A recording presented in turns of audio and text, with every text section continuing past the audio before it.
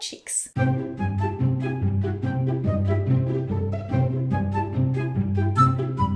Hey Rabbits, it's Trixie, and today I want to share funny German slang names for certain body features with you. What do Germans call a moustache, love handles, or spider veins if they want to make fun of it? What are a mason's cleavage, ass antlers, or a porn beam? If that made you curious, watch today's episode and find out more. Here are funny German slang names for body features. One of the absolute classics we have to talk about is das Arschgeweih, the ass antlers, also referred to as der Nuttenstempel, the hooker mark. This may remind you of a tramp stamp, so you know what we are dealing with. A tattoo on the lower back, slightly above the butt cheeks and close to the tailbone. This tattoo has been very popular in the early 90s, before it gained a bad reputation of being cheap or slutty. From that point on, it was connected to sexuality, promiscuity, and even prostitutes, which explains the high number of pejorative nicknames in different languages. Although I'm not a fan of lower back tattoos myself, I kinda think that this way of stigmatizing people wearing one is kind of unfair. What are your thoughts on it? Talking about cheap-looking body modifications, there's also the beautiful German word Schlauchbootlippen. It means rubber raft lips, describing very full, big, and most likely cosmetically plumped lips. You know, this kind. No, they're all natural, I promise. Other than people with Schlauchbootlippen, I personally like it natural. Looking at celebrities on TV, we sometimes forget about what a normal body looks like. It's not uncommon to have some Hüftgold. Hip gold, which is the German term for love handles. And you know what surprises me? That both terms, the English and the German one, have a positive connotation. Hip gold and love handles both sound like something a woman should be proud of. So if you're unhappy about a little bit of extra fat on your hips, remember that it's referred to as gold in German. Another thing that many people complain about is ein Rettungsring, a life belt or a life buoy, describing a fat layer around your belly that looks like a fold of skin,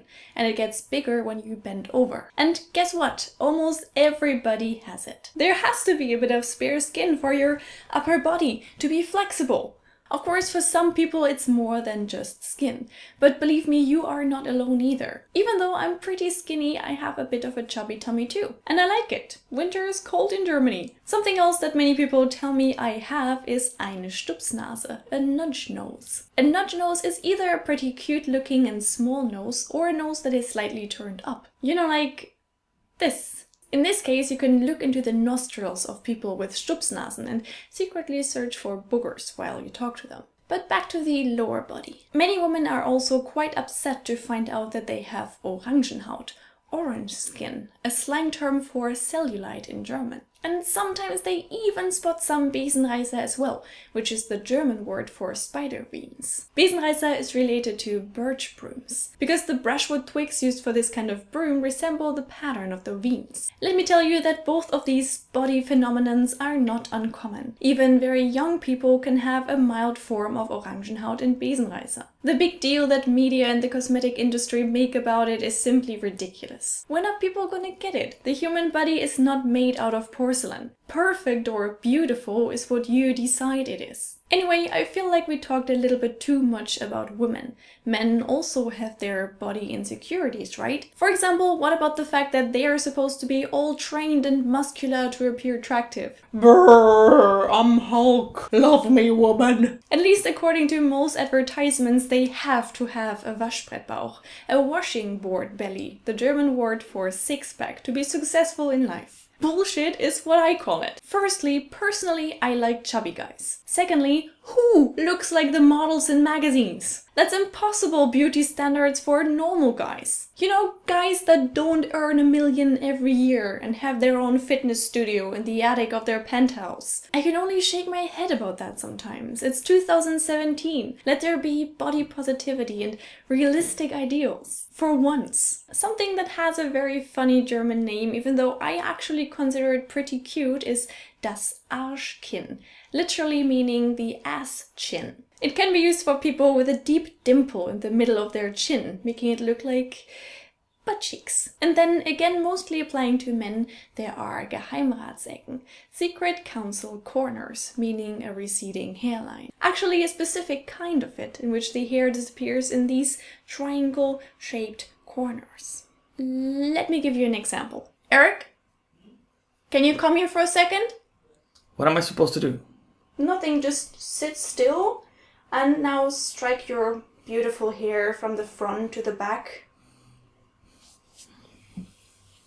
Yeah, exactly like this. Thank you, that's all. Alright. Well, what's that for? I just wanted to show the rabbits how handsome you are. Nice. Alright. See, that's Geheimratsecken. One of my favorite German words is das Maurerdekolleté, the mason's cleavage. What could that be? Just imagine any kind of building worker or handyman.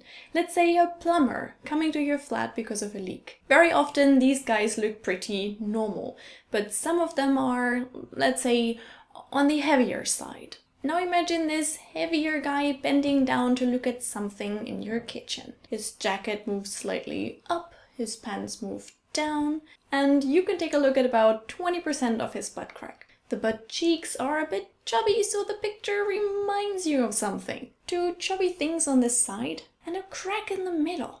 A cleavage! So yeah, if you can see a part of a person's butt crack, that's a Maurerdekolleté.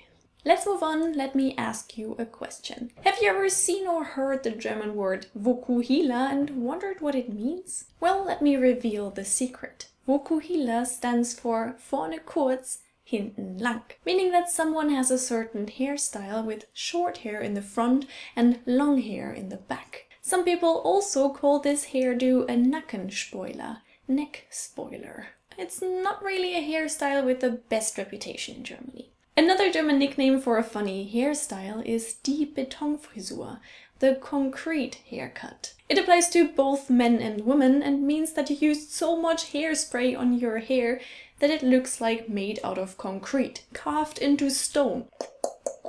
More like a head than actual hair, like Lego figure hair that you can remove and stack on at any time. From hair on the head to facial hair. Want to know some funny German nicknames for a moustache?